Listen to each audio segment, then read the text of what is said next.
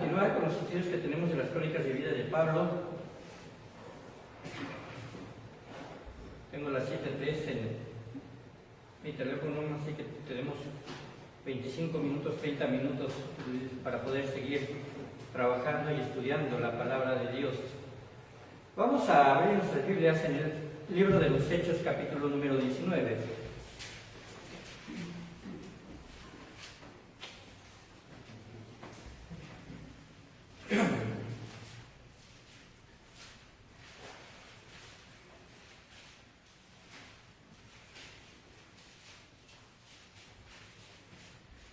Estamos dentro del tercer viaje misionero de Pablo.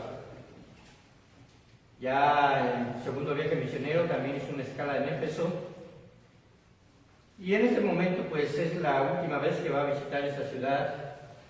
En realidad podemos decir que dentro de sus planes misioneros todavía estaba en querer ir a Roma, pero ya no iría a Roma de la forma como él quisiera, en el sentido de tener un viaje más, sino por la palabra de Dios vamos a saber que más adelante, ¿verdad?, él es llevado preso, pero siempre predicando la palabra de Dios.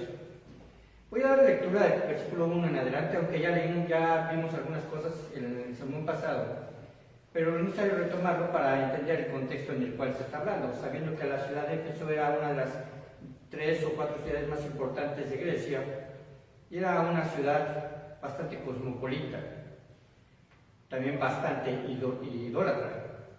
Dice así: aconteció que entre tanto que Apolos estaba en Corinto, Pablo, después de recorrer las regiones superiores, vino a Éfeso, y hallando a ciertos discípulos, les dijo: ¿recibiste el Espíritu Santo cuando creísteis?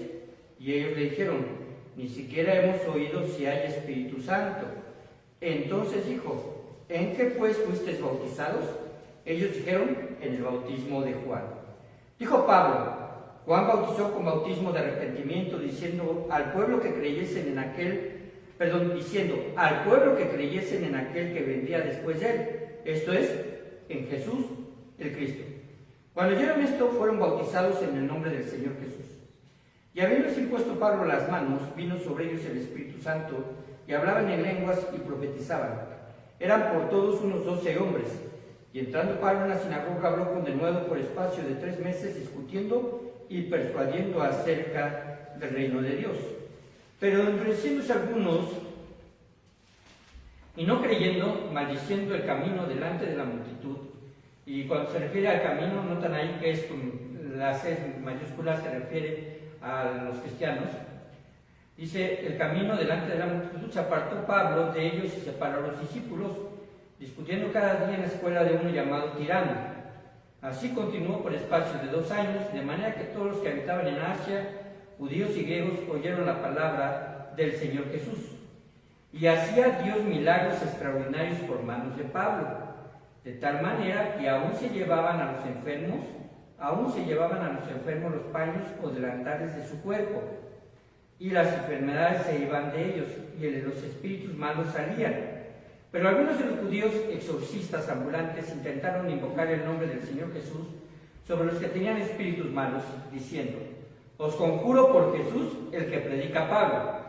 Había 7 hijos de un tal Esceva, judío, jefe de los sacerdotes, que hacían esto. Pero respondiendo el espíritu malo, dijo a Jesús: conozco y sé quién es Pablo, pero vosotros, ¿quiénes sois? Y el hombre en quien estaba el espíritu malo, saltando sobre ellos y dominándolos, pudo más que ellos, de tal manera que huyeron de aquella casa desnudos y heridos. Y esto fue notorio a todos los que habitaban en Éfeso, así judíos como griegos, y tuvieron temor todos ellos, y era magnificado el nombre del Señor Jesús. Hasta ahí. El último versículo quiero que lo notemos porque es clave para entender todo lo que acabamos de leer adelante. Dice: y esto fue notorio a todos los que habitaban en Éfeso, así judíos como griegos, y tuvieron temor todos ellos. ¿Y qué dice al final? Y era magnificado el nombre del Señor Jesús. Hay varios puntos que vamos a resaltar porque este capítulo es un capítulo que ha sido mal interpretado y llevado precisamente al movimiento carismático de una forma, vamos a decirlo así, muy fuerte, porque se mencionan varios sucesos. No sé si lo notaron. Entre ellos, el bautismo de Juan y el bautismo de Jesús. Hay un movimiento que solamente agradece que se debe bautizar solamente en el nombre de Jesús y no con la fórmula bautismal de Mateo 28, 18. ¿Por qué? Porque simplemente lo toman así, de forma, vamos a decirlo así, cosa muy aislada, no literal, sino aislada, de que nada más se debe bautizar en el nombre de Jesús. Otras sectas carismáticas afirman que es necesario ser bautizado por el Espíritu Santo posterior a la conversión. No sé si ustedes hayan platicado con alguien, pero dice, bueno, tú ya fuiste convertido, pero es necesario que seas bautizado por el Espíritu Santo, y en el momento que hables en lenguas, es porque ya fuiste bautizado por el Espíritu Santo. Entonces hacen esa diferenciación que aquí Pablo hace, pero no bajo ese contexto. Hay que anotar otra cosa. Otra de las cosas que también, ¿verdad?, ellos afirman con respecto a esto, es que es necesario hablar en lenguas, obviamente. Hablar en lenguas. ¿Por qué? Porque para ellos, ¿verdad?, el bautismo del Espíritu Santo va a ser manifestado a través, precisamente, de estas expresiones sobrenaturales. Y después hablamos de las sanidades. No sé si notaron algo con Pablo. ¿Qué notaron? Es el único pasaje que habla en relación a este sentido, de que tomaban sus paños y con ellos, esos paños los llevaban a los enfermos y con ellos los espíritus no salían y sanaban. Ajá. O sea, todo esto, si lo vemos de una forma aislada, como si fuera un solo capítulo, ¿verdad?, y que pudiésemos sacar algunas doctrinas ahí, pues estaríamos equivocados en relación precisamente a lo que habla acerca del bautismo del Espíritu Santo, el bautismo, ¿verdad?, de Juan. Ahora, ¿qué diferencia hay entre el bautismo de Juan y el bautismo de Jesús? ¿Qué diferencia hay? Los relatos del bautismo de Juan se mencionan antes de que el Señor Jesucristo fuese llevado al desierto para ser tentado. Allá en Mateo 3, 7 al 12 y Lucas 3, del 3 al 11. Solamente vayamos a Mateo 3, del 7 al 12. Mateo 3, del 7 al 12.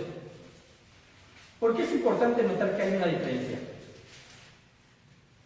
Porque Juan fue enviado como precursor de Jesús.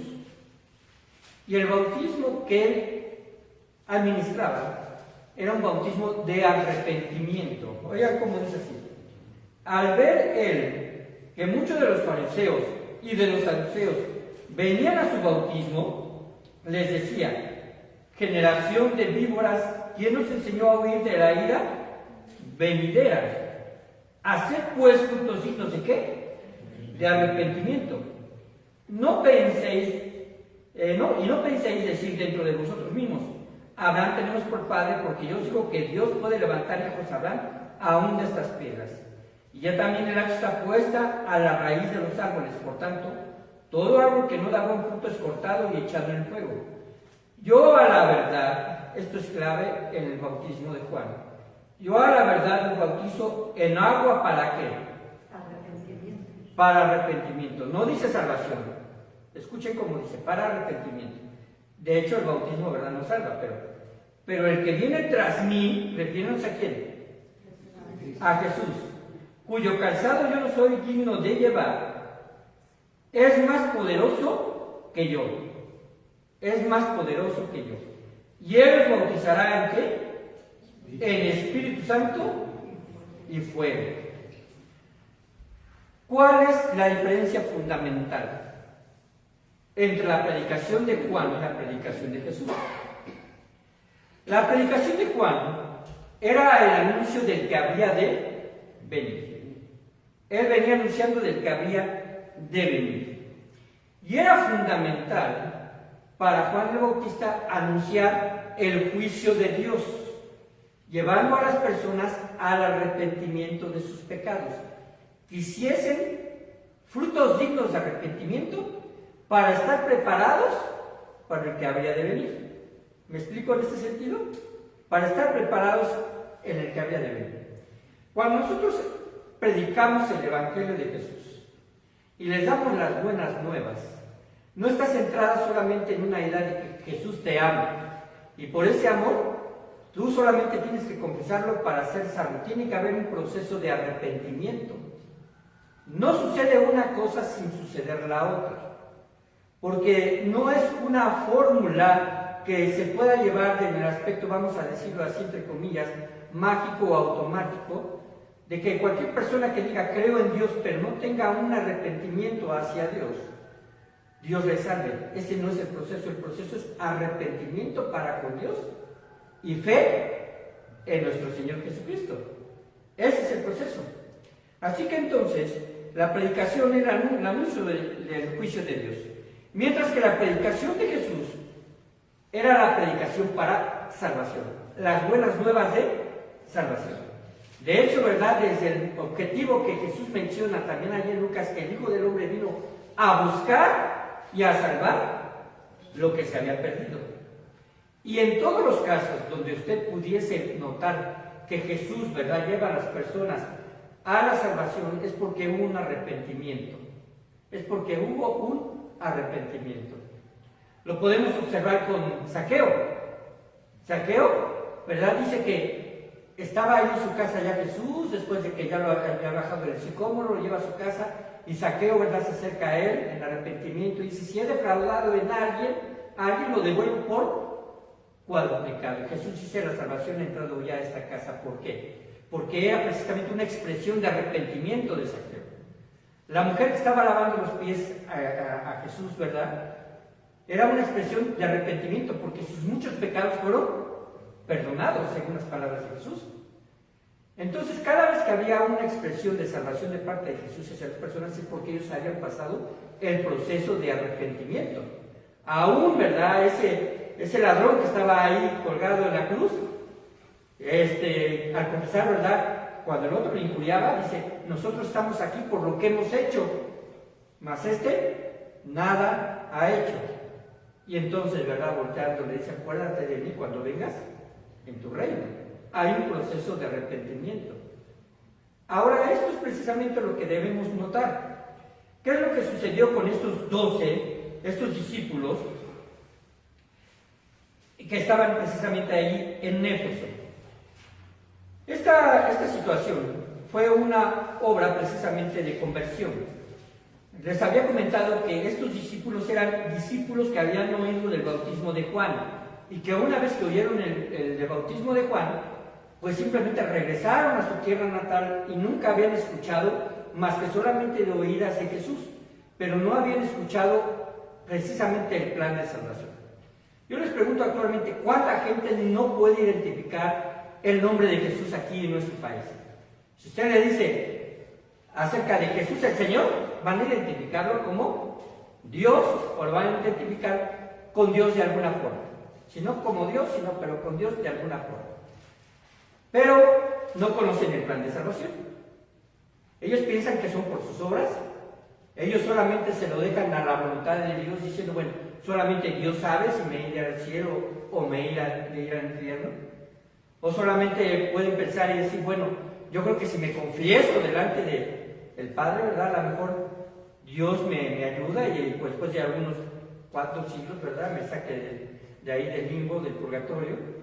Pero la palabra de Dios, ¿verdad?, es muy clara en este sentido, porque Pablo precisamente en el versículo 4 da precisamente esta situación.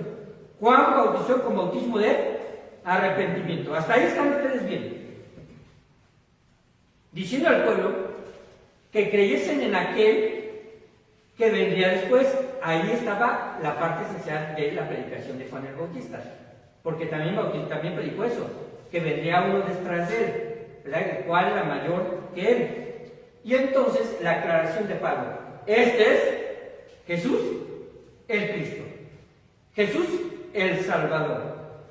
Cuando dice en Jesús el Cristo, está diciendo en Jesús el Mesías, o Jesús el ungido, que precisamente estos hombres lo identifican y creen en Jesucristo como su único y suficiente Salvador. Y entonces fueron bautizados en el nombre del Señor Jesús.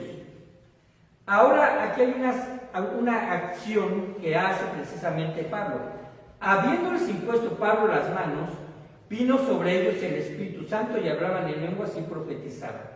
¿Por qué en ese momento vino el bautismo del Espíritu Santo sobre ellos? Número 1, porque en ese momento fueron salvos. Aunque ellos estaban dando frutos de arrepentimiento, no conocían el plan de salvación completo. Así que en ese momento fueron salvos. Número 2, como evidencia y testimonio a los mismos judíos de qué? De que ellos tenían el Espíritu Santo. Solamente en el libro de Hechos se mencionan 3 ocasiones en donde el Espíritu Santo desciende de esta forma y son precisamente, vamos a decirlo así, ellos manifiestan esto a través del don de lenguas. En Hechos capítulo número 2, en la predicación de ¿quién? De Pedro. Pedro predica ahí en el Pentecostés. Ahora que hay algo interesante ahí en el Pentecostés. Dice que Pedro empezó a predicar. Y entonces se pusieron como lenguas de fuego sobre su cabeza. Esa es la confirmación del bautismo del Espíritu Santo por única vez, y posteriormente ya todos los creyentes somos bautizados con el Espíritu Santo en el momento de creer. No necesitamos tener una expresión del don de lenguas, porque esos fueron dones temporales. ¿Cómo qué? Como precisamente un argumento o una credencial de que el Espíritu Santo también era dado a los gentiles y a los impíos, una vez que hayan creído. Ahí en el Pentecostés sucede igual algo interesante. Primero, ¿cuál es la forma de la manifestación del don de lenguas? Número 1, que era precisamente, hablaban en lenguas entendibles. ¿Cómo se dice? Inentendibles, o es decir, que no se pudiese traducir. Pablo hablaba. Él hablaba el idioma que precisamente era el arameo. Él hablaba ese idioma, o hablaba también el idioma koiné. Él lo habla, y las personas de Ponto, de diferentes lugares donde venían, oían en su propio idioma. Y eso es el milagro. El milagro era que ellos precisamente oían como si tuviesen un traductor interno, ¿no? En el cual pues ellos oían, a través precisamente de la predicación de Pablo, ellos oían el Evangelio. No eran como actualmente, ¿verdad? Algunas sectas dicen que eran lenguas celestiales, que no se pueden oír, que se necesita simplemente, pues, alguien más, ¿no? De eso vamos a hablar, si quieren, un momento más, lo que habla ahí en 1 Corintios capítulo número 14. Ahora, segundo punto, cuando es dado ahí delante de Cornelio, ¿recuerdan? También fue dado. ¿Y Pedro qué interpretó? Entonces también a los gentiles es dado el Espíritu Santo. Y lleva esta forma a la iglesia de Jerusalén, y entonces la iglesia entiende que el Espíritu Santo también es dado a los gentiles para salvación. Y en este punto, en el último, a 12 judíos que solamente habían entendido el bautismo de Juan. Y les es manifestado como testimonio ¿de qué? De que también el Espíritu Santo es dado para los que habían oído precisamente el Evangelio de Juan el Bautista. Hasta ahí, hasta ese punto, ya después no se menciona absolutamente nada precisamente de otra manifestación del don de lenguas. Así que entonces podemos entender esos puntos.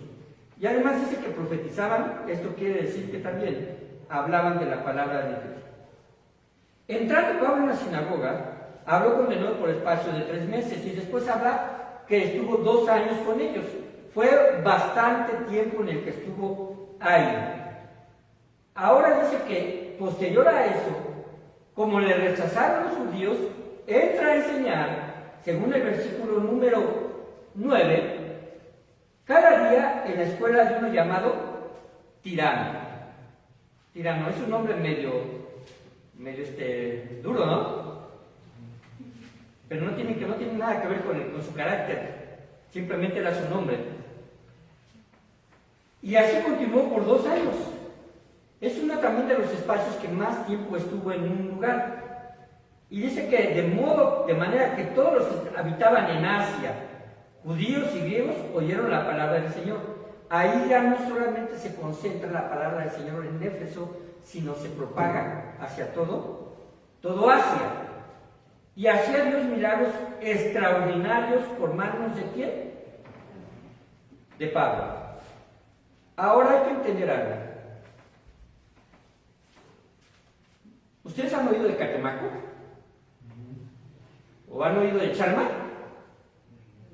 No sé si ustedes han tenido alguna vez alguna cercanía a algún lugar de estos. Normalmente son dos lugares que nosotros identificamos aquí en México como lugares idolátricos. De hecho, cuando nosotros viajamos cerca de Catemaco, fuimos cerca de Catemaco, no llegamos hasta allá, pero las emisoras de radio, cuando uno ya va sintonizando en el carro, o cuando incluso llegamos al hotel, nos dimos cuenta de algo muy extraño para nosotros como creyentes, ¿verdad? Es que no solamente había una sola estación de radio, sino varias estaciones de radio que estaban utilizadas precisamente por brujos, por ¿qué otro nombre se les puede dar? ¿Agoreros? ¿Qué más? Hechiceros. Hay otro nombre que por ahí también se les da más coloquial. Chamanes. ¿Y qué era lo que hacían ellos?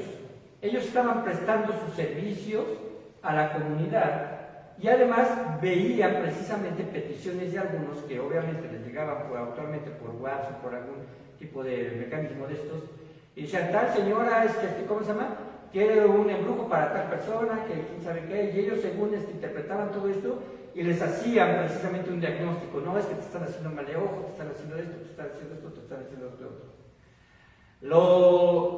Lo verdaderamente, vamos a decirlo así, increíble, ¿verdad? Es que estas comunidades, por lo menos estas dos, y hay muchas más, son centros idolátricos con raíces muy profundas. La gente lo cree tal cual y paga por eso.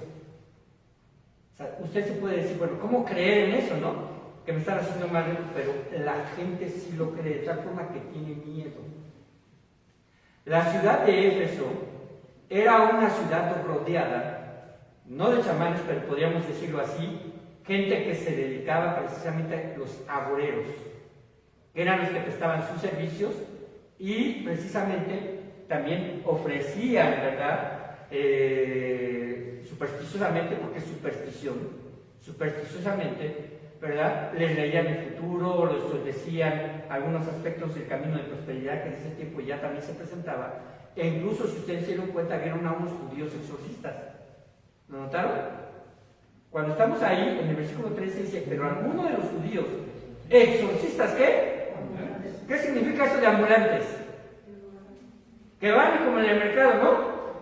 Y te pueden decir a ti, ¿sabes qué? Tienes un espíritu de algo, ¿no? Un espíritu, un demonio, un espíritu, todo lo identificaban como un espíritu. Cualquier cosa mala que le sucediera a una persona, lo ocasionaba un espíritu.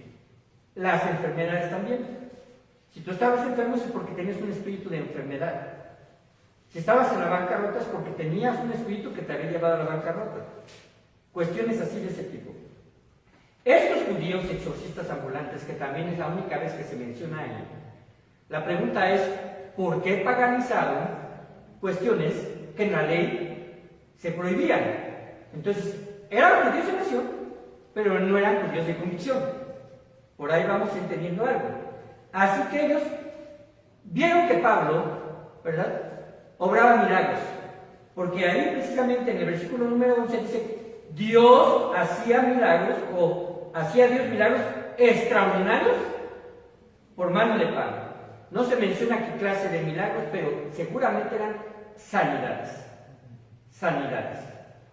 Entonces, la gente ve esto, y los judíos, ¿verdad?, estos exorcistas, charlatanes, intentaron precisamente tomar provecho de esto. Y ahora la invocación no era hacia otras divinidades o hacia sus propios méritos, sino ahora intentaron invocar el nombre del Señor sobre los que tenían espíritus malos. Ahora díganme si esta práctica no continúa actualmente. Si no hay gente que dice obrar milagros a través del nombre de Jesús, ¿verdad? Y hace, vamos a decirlo así, declaraciones. Yo declaro, ¿no? En nombre de Jesús que te vas a sanar, y no se sanará. ¿A qué se lo atribuyen? Se lo atribuyen a la falta de fe del que tiene la enfermedad. Y con eso se justifica el hecho de que no haya una sanidad. No sé ustedes, pero no sé si han notado que actualmente hay pancartas y hay unos camioncitos caminando que dentro de unos días va a haber una campaña de milagros y sanaciones y te dicen, ven por tu milagro. No les digo lugar para que no vayan. Pero hermanos, es exactamente lo mismo, pero cambia. Una de las cosas que vamos a entender con respecto a los milagros de Jesús y a los milagros que permitía que obraran los apóstoles y entre ellos Pablo, no tenía que ver con la fe de la persona en muchas ocasiones, sino con la absoluta y soberana voluntad de Dios, sanando a quien Él quisiera. Sanando a quien Él quisiera. Lo podemos ver con el ciego de nacimiento, por ejemplo. Sanó al ciego de nacimiento y él no era creyente, ni siquiera profesó fe. Simplemente, ¿verdad? Los apóstoles le dijeron, ¿quién pecó esto? Sus padres, pensando que era precisamente un resultado del pecado de alguno de sus padres. Por eso la enfermedad era un castigo. Pero Jesús le dijo, ni este ni sus padres, sino para que se manifieste la gloria de Dios. Y Dios es así. Sabía Jesús que posteriormente había tenido que tener un encuentro con Él y que habría de ser salvo, si lo sabía. Por eso Dios actúa con soberana voluntad y conocimiento. En ningún momento vemos que Dios concentrara a gente para decir, vénganse porque aquí es donde sobran milagros. Sino cada vez que iba a algún lugar, Él obraba de acuerdo a la necesidad. No la necesidad de la gente, sino la necesidad. A unos fariseos, por cierto, de forma necia, ¿no? Diciéndole que querían ver un milagro, una señal. Y le digo, señal no les será solamente la del profeta Jonás.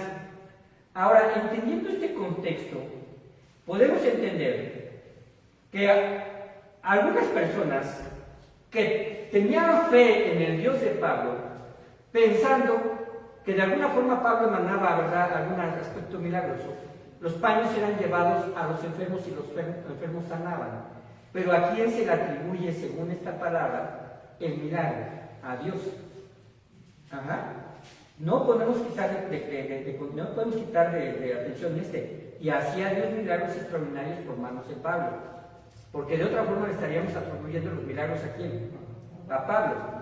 Y los espíritus malos salían. Ahora estos judíos exorcistas decían, os conjuro por Jesús, el que predica Pablo. Y de esa forma querían ellos ofrecer lo mismo, ¿verdad?, que Pablo, milagros. Y de esta forma había siete hijos de un tal Esceva, judío, jefe de los sacerdotes que hacía esto. Era un jefe precisamente de los sacerdotes de la sinagoga.